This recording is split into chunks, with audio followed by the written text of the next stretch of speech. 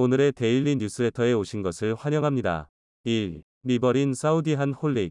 2. 이젠 해군도 K9 쓴다. 3. 이게 360도 돌아간다고? 한번 진실을 알아봅시다. 한국의 K239 천무가 등장한 사우디 국방부의 홍보 영상으로 인해 사우디아라비아에 대한민국의 강력한 군사 지원이 이루어졌습니다.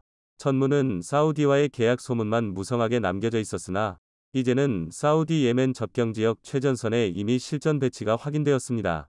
이로 인해 세계 각국의 싱크탱크, 전문가들과 군사 관계자들, 방산업체들까지 대한민국의 무기체계의 의력을 인정하며 충격을 받고 있습니다. 이러한 대한민국의 강력한 군사 지원으로 인해 중동 시장에서 대한민국의 무기체계가 더욱 선보일 수 있을 것으로 예상됩니다. 그래서 준비했습니다. 오늘은 모래바람을 뚫고 조용히 모여드는 먹구름처럼 중동의 사막을 적시기 시작한 대한민국의 무기체계에 대해 말려드리겠습니다.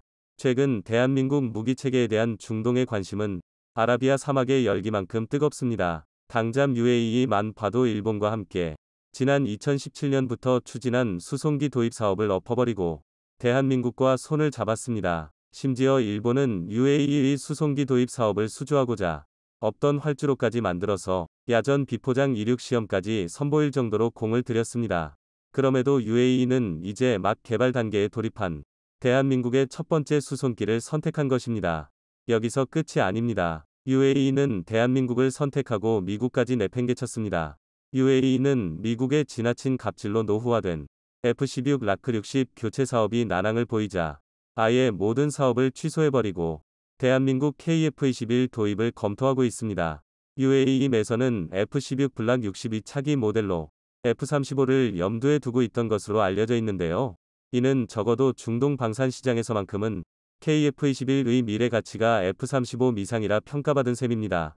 실제로 현재 중동 내에서 대한민국 무기체계에 관심을 보이고 있는 건 지난 2월 개최된 중동 최대의 무기 박람회 IDEX에서는 대한민국의 무기체계가 초유의 관심사로 떠올랐는데요.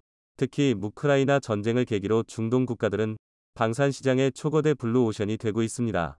지금까지 그저 잘 만들어진 무기를 수입해서 사용하던 중동이 자국 만보의 방향을 기술 확보와 자주국방으로 바꾸기 시작했기 때문인데요.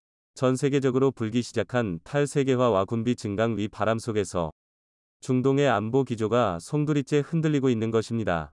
그리고 만보 기조가 바뀌었다면 예전과 같은 방향성으로는 더는 중동 방산 시장의 점유율을 확보할 수 없는 게 당면합니다. 더군다나 중동 국가들을 둘러싼 사막이라는 특수한 환경은 무기체계의 가격과 성능 사이에 강력한 딜레마를 생성합니다.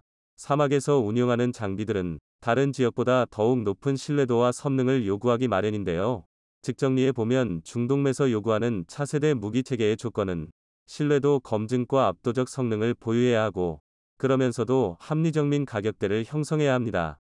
세상에 그렇게 완벽한 물건이 있으면 내가 쓰지 왜 팔겠냐 는 말이 나올 정도로 까다로운 조건인데요. 심지어 이것도 모자라 그간 무차별적인 외산 무기 도입으로 낙후되었던 군사 기술력을 자주국방이 가능한 수준까지 끌어올려줄 수 있는 나라의 무기 체계여야 합니다.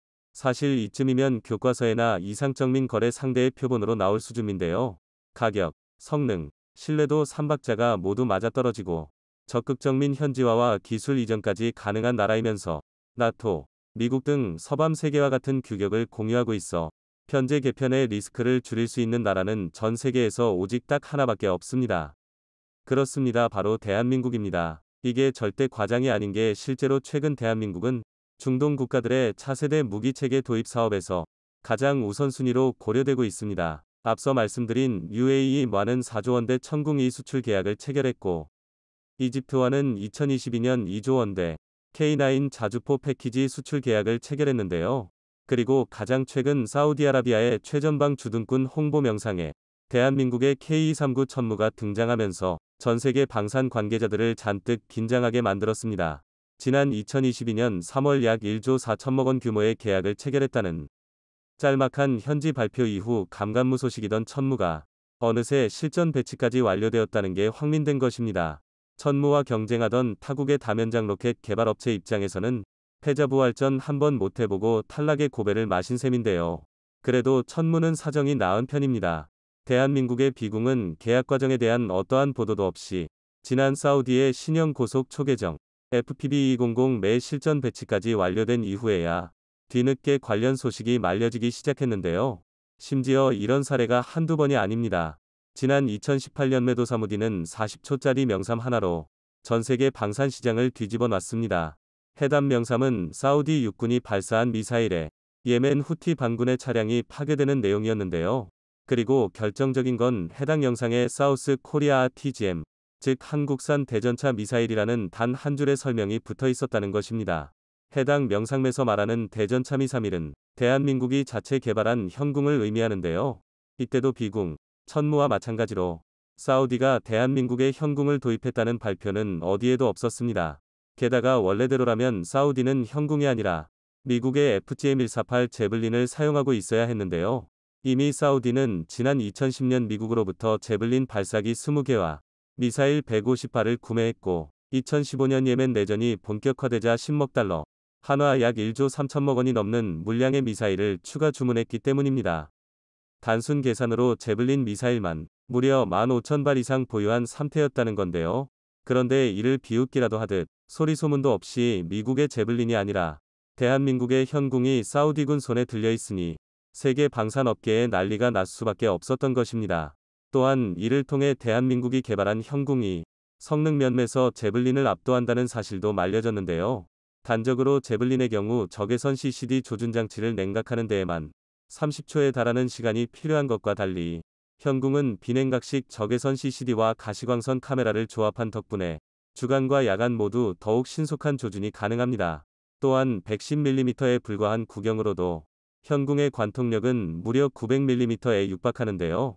이 정도면 대한민국의 K2 흑표, 미국의 M1A2 에이브람스, 독일의 레오파르트 2A7급 최신의 3.5세대 전차가 아니라면 정면 장갑까지 관통 가능한 수준입니다. 반면 제블린은 구경만 130mm에 달하는데도 최고 관통력은 현궁보다 떨어지는 800mm가 한계인데요. 구경에서 큰 차이를 보임에도 정반대의 결과가 나타나는 이유는 바로 대한민국의 현궁에 표적을 두 번에 걸쳐 면속으로 타격하는 이중구조 탄두 기술과 미세조직 라이너 기술이 적용되었기 때문입니다. 실제로 현궁 관통 탄두의 구리 라이너 입자 조직은 일반 성민의 머리카락보다 훨씬 얇은데요. 이 덕에 훨씬 빽빽하고 단단한 탄두를 만들 수 있었고 이것이 관통력의 비약적인 상승으로 이어진 것입니다. 이런 복합적인 이유로 사우디는 제블린 도입이 불발 위기에 처하자 물상을 짓기는커녕 그대로 곧장 대한민국을 찾은 건데요. 모주겠으면 사우디군과 예멘군은 물론 적대 세력이던 후티 반군까지도 노획 1순위에 현궁을 몰려들 정도였습니다. 하지만 여기서 가장 주목해야 할 점은 사우디와 예멘 모두 공식적으로는 현궁 수입국이 아니라는 점입니다.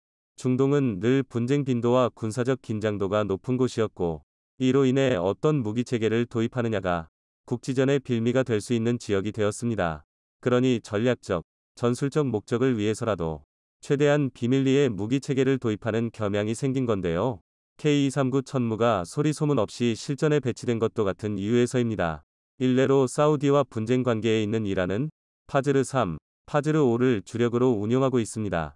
하지만 천무와 비교하면 성능이 처참한데요.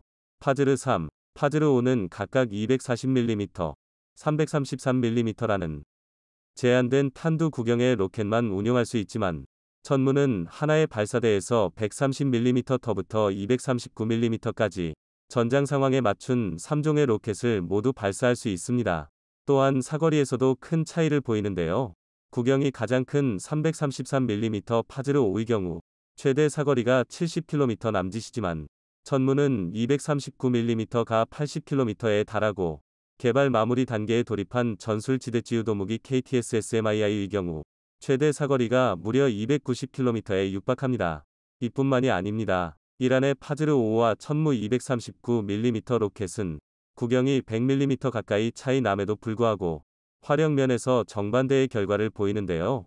전기식 실린더와 디지털 제어 시스템을 적용한 천무는 사격 반응 시간이 고작 16초에 불과할 뿐만 아니라 확산탄 사용 시 단 한 발의 타격 범위가 축구장 면적의 3배에 달합니다.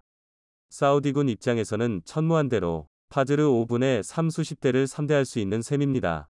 이처럼 효율 높은 투자처는 좀처럼 찾아보기 힘든데요. 아닌 게 아니라 천무 도입이 확민되고 사우디와 이란의 장거리 타격 능력에 대한 비교가 본격화되자 이번엔 대한민국의 K2 흑표 전차까지 뜨거운 관심을 받기 시작했습니다. 특히 이미 유럽 시장에서 검증이 끝난 성능은 물론이고 적극적인 현지화 전략이 중동의 마음을 사로잡았습니다.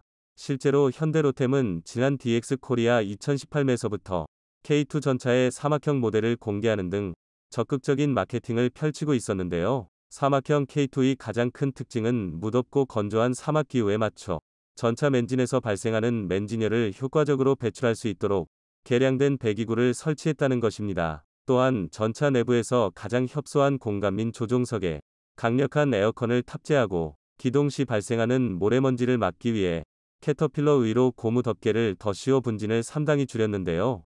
이처럼 적극적인 현지화를 진행하고 발전을 거듭한 덕분에 전투 피로도가 굉장히 높은 중동의 사막 지형에서 K2 전차가 초유의 관심사로 급부상한 것입니다. 지금까지 중동 방산 시장에서 대한민국이 차지하는 점유율은 그리 높지 않았습니다. 특히 사우디는 미국에서만 현용 전력의 80%에 달하는 무기를 수입했습니다. 석유와 달러가 뒤섞인 정치적 이해관계가 국가만보에 개입했던 건데요. 그러나 세계적인 군사력 증감 기조가 복잡하게 꼬인 매듭을 잘라내고 있습니다. 이제는 성능과 합리적인 가격 그리고 자주 국방의 기틀을 마련하는 게 미래 사회의 원동력이 될 것이라는 걸 중동 국가들이 깨닫기 시작한 건데요. 부디 K239 천무부터 K2 흑표까지 대한민국의 무기체계가 격동하는 중동 방산 시장에서 흔들리지 않는 입지를 마련할 수 있길 바라겠습니다. 이집트 인근 해역, 바다 한가운데 배가 둥실둥실 떠 있습니다. 순간 발포음이 들리면서 몇 초 지나지 않아 바다를 표류하던 배가 순식간에 폭파됐고 멀리서 지켜보고 있던 사람들은 환호성을 내질렀는데요. 이는 한국 K9 자주포가 이집트에서 가졌던 해안 실사격 성능 평가였습니다. 이 일로 한국은 이집트군의 K9 자주포 수출 계약을 성사시키면서 세계 자주포 시장의 50%를 선점하게 됐는데요. 특히 K9 자주포가 규모의 경제에서 압도적인 우위를 가져와 최강의 가성비 자주포라는 이름을 유지할 수 있게 됐습니다. 이 때문에 최근 한국이 전 세계 절반의 자주포 시장을 장악하면서 사우디아라비아에서도 수백 대의 K9 자주포 수출 잭팟이 기대되고 있는 상황입니다. 특히 한국은 세계 최초로 K9 자주포의 무인 발사 기술을 선보이며 엄청나게 기대를 모으고 있는 가운데 G7 국가가 K9 자주포 도입에 관심을 보이고 있어 화제가 되고 있는데 한번 자세하게 알아보겠습니다. 최근 이집트가 K9 자주포 수출 계약에 최종 서명하면서 K9 자주포가 전 세계에서 운용되고 있는 자주포 중 절반을 차지하게 됐습니다. 이집트는 이례적으로 K9 자주포를 이집트 육군이 아닌 이집트 해군이 사용한다고 밝혀 화제가 되고 있습니다. 실제로 K9 자주포는 육군의 상징이자 전유물로 여겨졌었는데요. 하지만 이번 이집트 수출 계약은 해군용 K9 자주포가 최초로 수출되는 사례이며 K9의 전천후 운용 성능과 신뢰성을 다시 한번 입증했다는 평가를 받고 있습니다. 이집트 해군은 적 수상함에 대한 접근 거부 임무 수행을 위한 해안방어용 화력체계로 K9 자주포 도입을 추진해왔습니다. 지난 2017년 시험평가 과정에서 K9 자주포가 표적함을 명중시키는 등 기대 이상의 성능을 확인시키며 충분히 해군용으로도 운용이 가능하다는 것을 입증했습니다. 전문가들은 이번 이집트 사례를 빌어 바다를 끼고 있는 국가들이 K9 자주포 도입에 관심을 보일 것이라고 기대하고 있는데요. 또한 K9 자주포가 처음으로 아프리카 시장에 진출하게 되면서 다른 아프리카 국가들도 K9을 구입할 가능성이 크다는 것이 한화디펜스의 입장입니다. 이렇게 이집트군과의 무기계약이 성사되면서 올해 초만 이집트 200문과 인도 200문, 총 400문의 K9 자주포 계약이 이뤄졌는데요. 이집트 무기 계약 조건에 대한 우려의 목소리가 있지만 확실히 규모의 경제에서 K9 자주포는 전 세계에서 독일 등 전차 강국들을 압도하게 됐습니다. 그런데 이번 K9 자주포의 수출이 빙산의 일각이라는 주장이 제기됐습니다. 일각에서는 올해 총 1000문의 K9 자주포가 계약될 가능성을 드러냈는데요. 사우디아라비아가 여러가지 한국 무기에 관심을 보이면서 역대 최대 규모인 600문의 K9 자주포를 구매할 수 있다고 한 것입니다. 최근 사우디의 실권자 무함마드 빈 살만 알 사우드 왕세자는 강력한 의지로 자국의 방위산업을 육성하겠다 나섰습니다. 제1부총리와 국방장관을 역임하고 있는 빈 살만 왕세자는 고령인 살만 빈 압두라지즈 알 사우드 국왕을 대신해 사실상 국가 통치 정권을 쥐고 있는데요. 그런 빈 살만 왕세자는 사우디의 산업구조 전체를 개편할 계획을 추진하고 있는데 그것이 바로 비전 2030입니다. 사우디는 전적으로 석유 경제에 의존하고 있는 상황입니다. 하지만 사우디가 언제까지 석유를 뽑아낼 수는 없기 때문에 사우디는 석유가 고갈될 때를 대비해 어떻게 경제를 유지할지를 두고 고민하고 있는데요. 빈 살만 왕세자는 사우디 경제 구조를 기존의 석유 의존 경제에서 첨단 기술과 국제금융 중심 경제로 전환하려고 막대한 투자를 하고 있습니다. 여기에는 사우디 군대의 현대화와 국산화도 포함되어 있습니다. 사우디는 국영 방산업체인 SAMI를 만들어 국방비 지출에 무기 국산화에 투자하겠다고 발표했는데요. SAMI는 미국의 록히드 마틴, 보잉, 레이시온, 제너럴 다이나믹스와 유럽 탈레스, BAE 시스템즈 등과 파트너십을 맺어 항공 미사일 분야에 많은 투자를 벌이고 있습니다. 그런데 사우디가 육군 무기만큼은 한국과 파트너십을 맺으려고 노력하고 있는데요. 한국과 사우디는 BOE를 통해 처음으로 방산 협력을 맺었습니다. 일각에서는 BOE를 방공 시스템, 에어 디펜스 시스템이 아니라 전투 시스템, 컴뱃 시스템이라고 부를 정도로 만능 전투 장비라는 평가를 내리고 있습니다. 이 때문에 사우디 내부에서는 다른 건 몰라도 육군 무기에서만큼은 한국을 따라올 나라가 없다고 보는 사람들이 많다고 알려졌는데요. 최근까지 사우디 육군은 155mm 포탄을 사용하는 A3, A5 사양의 노후화된 미국제 M109 자주포 600대를 운용 중입니다. 도입 당시만 하더라도 M109 자주포는 30km 위 최대 사거리와 440마력을 내는 엔진을 가지고 있어 준수한 성능을 보였습니다. 하지만 시간이 흘러 현재 여타 다른 자주포와 비교했을 때 성능이 많이 뒤떨어진다는 것이 사실입니다. 사우디 육군은 지상전의 왕이라고도 불리는 자주포를 하루라도 때문에 이들은 BOE 체계와 함께 한국의 K9 자주포를 눈여겨보고 있었다는 소문이 돌고 있습니다. 사실 한국의 K9 자주포는 전 세계 50%의 자주포 시장을 점유하고 있을 정도로 베스트셀러 자주포이며 실전에서도 그 실력을 드러냈다는 점에서 눈이 안 갈래야 안 갈 수 없었습니다. 여기에 이집트 실사격 성능평가에서 이뤘던 일이 사우디 왕실까지 퍼졌는데요. 특히 K9 자주포는 기동하면서 일반 전차처럼 드리프트가 가능하다는 것에 미군도 감탄했다는 말까지 있습니다. 이 덕분에 적의 대포병 사격을 회피하며 반격하는 슛 앰퍼샌드 스쿠 전술을 취할 수 있고 자체 방어력 또한 뛰어난 편입니다. 그런데도 K9이 가격이 G000의 가격보다 3분의 1밖에 안 된다는 점이 큰 메리트입니다. 여기에 10여 개국이 도입과 구매를 고려하고 있다는 점에서 K9 자주포의 부품 공장이 쉬지 않고 돌아가 부품이 단종될 일이 없고 이 덕분에 유지보수 비용이 줄어든다는 것은 덤입니다. 그렇기 때문에 사우디 육군이 K9 자주포를 도입해 운용한다면 포병의 화력을 크게 증강시킬 수 있을 것인데요. 사우디의 K9 자주포가 수출된다면 그 수는 최대 600대 이상이 될 것으로 보입니다. 사우디가 기술 이전을 구매 조건으로 건다면 대당 가격은 약 50억 원대로 예상되며 600대 이상이 수출되면 순수 자주포 가격만 3조 원에 이릅니다. 여기에 K10 탄약 운반 차량과 포탄, 그리고 유지보수 시설을 추가한다면 그 규모는 더 귀질 것으로 예상됩니다. 그런데 한국 내부에서는 사우디의 K9 판매에 대해 여러 가지 우려의 목소리를 내고 있는데요. 일각에서는 사우디가 돈이 넘쳐나는데 과연 가격 때문에 독일의 G000을 사지 않고 K9 자주포를 구매하겠나 하는 의문을 제기하고 있습니다. 그런데 우려와는 달리 독일은 사우디와 UAE, 터키 등 몇몇 중동 국가의 예멘 내전 개입으로 자국 무기와 부품 판매를 거부한 상태입니다. 이런 독일의 조치로 사우디에서 고를 수 있는 유일한 자주포가 K9밖에 없는데요.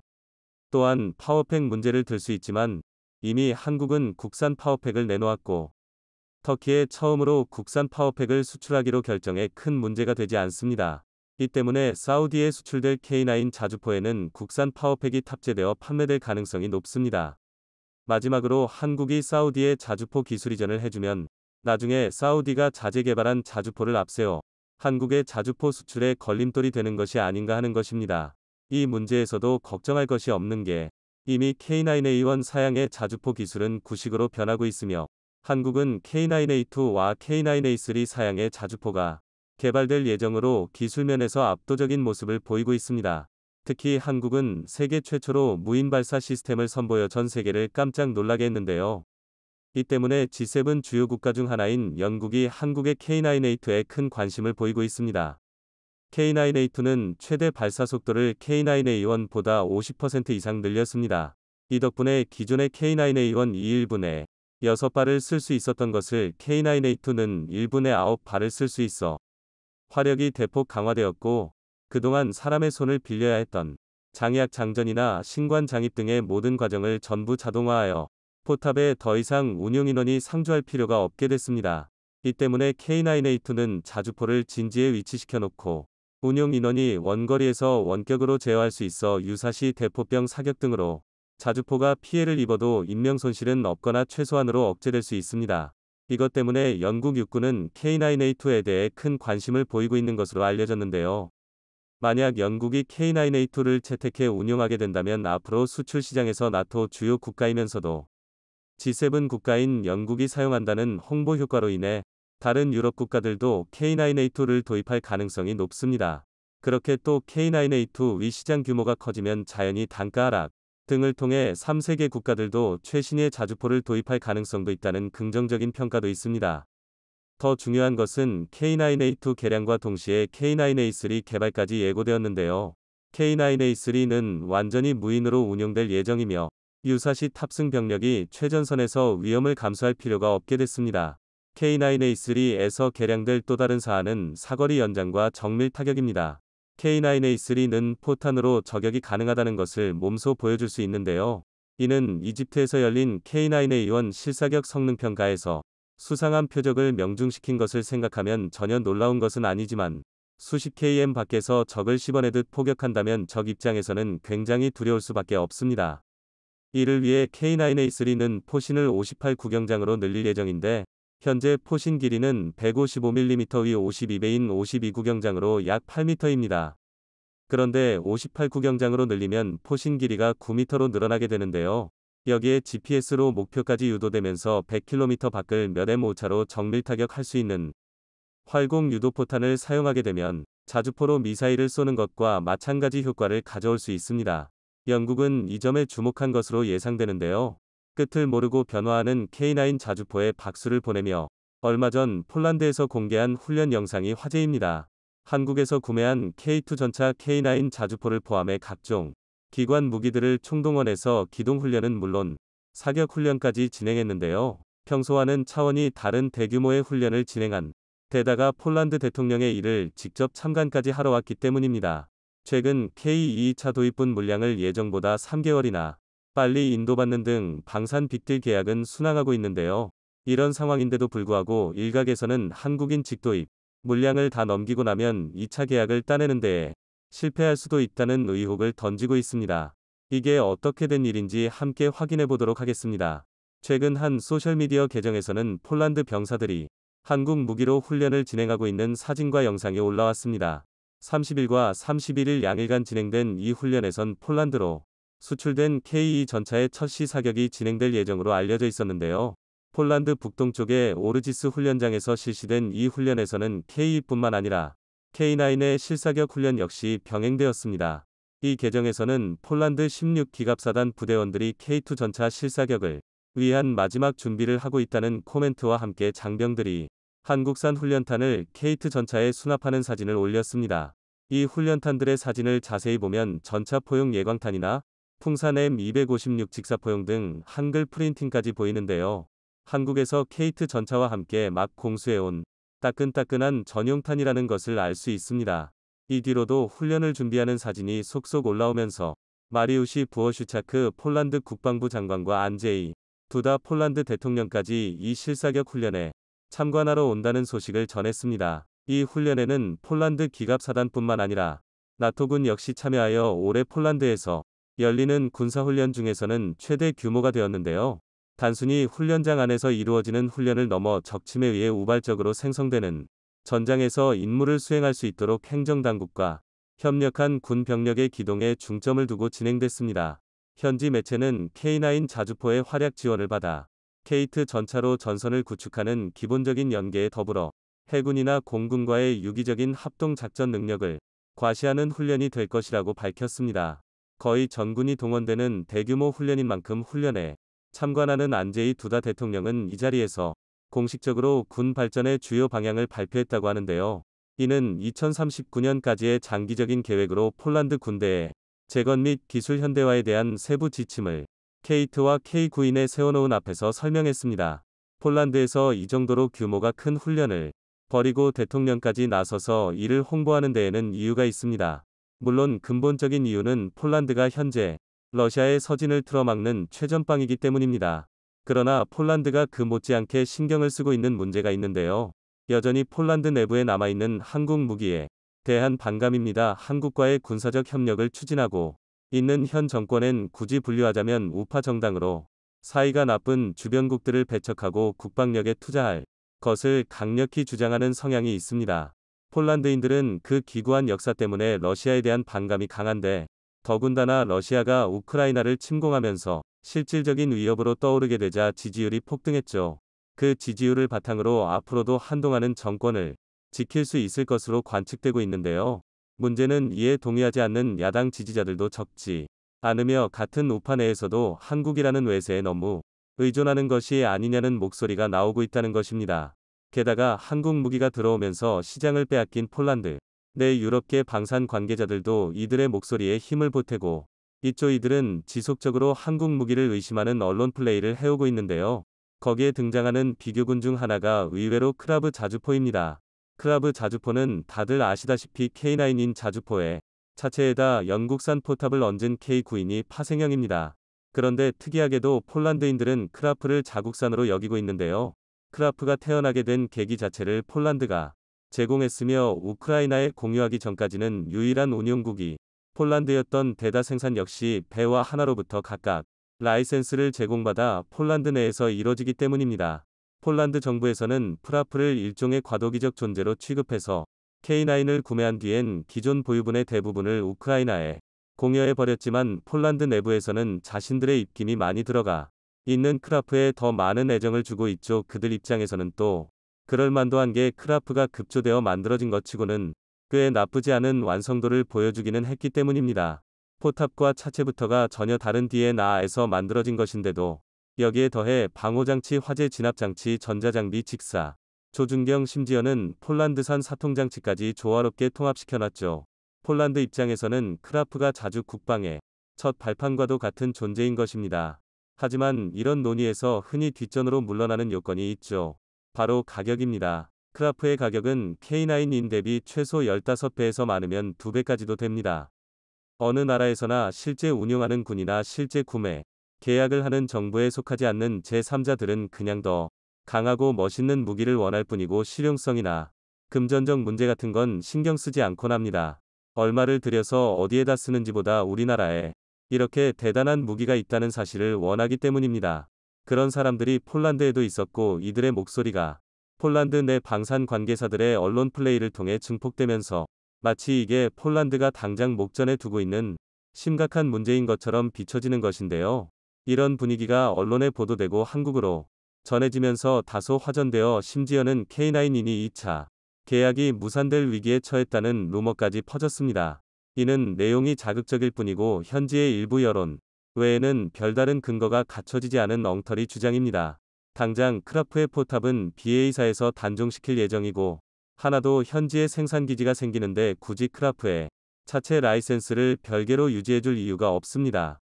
이들의 주장대로 K9의 2차 계약이 물거품이 되고 폴란드가 앞으로도 크라프를 사용하려고 해도 자기들끼리는 만들 방도가 없는 것입니다. 이 문제들을 해결하는 논거가 없다면 폴란드가 K9 계약을 폐기한다는 주장은 그냥 폴란드가 자주포 없이 러시아와 맞선다고 하는 것과 마찬가지입니다. 코앞의 침략자 때문에 국가의 명운이 경각에 달려있는 폴란드가 그런 말도 안 되는 선택을 할 턱이 없죠.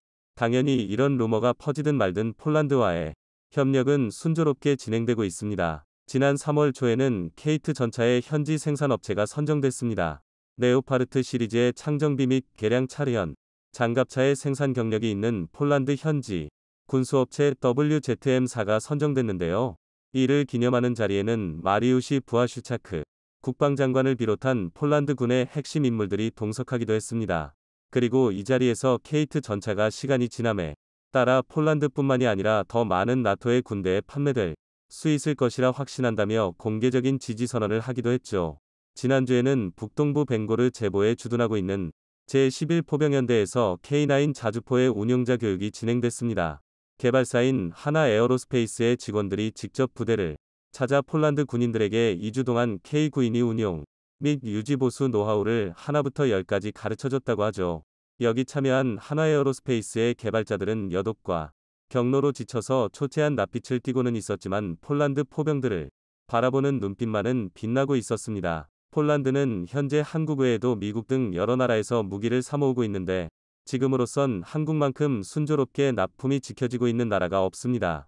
폴란드 측에서도 어느 정도의 지연은 감안하고 있었던 터라 한국의 철저한 납기 준수는 폴란드군이 생각보다 여유롭게 전력을 확충할 수 있는 계기가 되었습니다.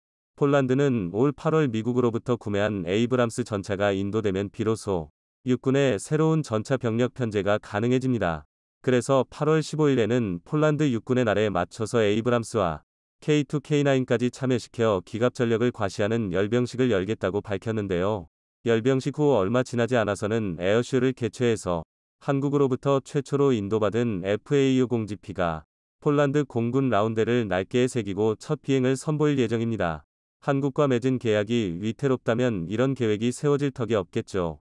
이번에 폴란드가 대규모 훈련을 하면서 국방부 장관 등 군의 유력 인사도 모자라서 대통령까지 등판에 참관에 나선 것은 이러한 자잘한 논란을 종식시키기 위함이라는 분석도 있습니다.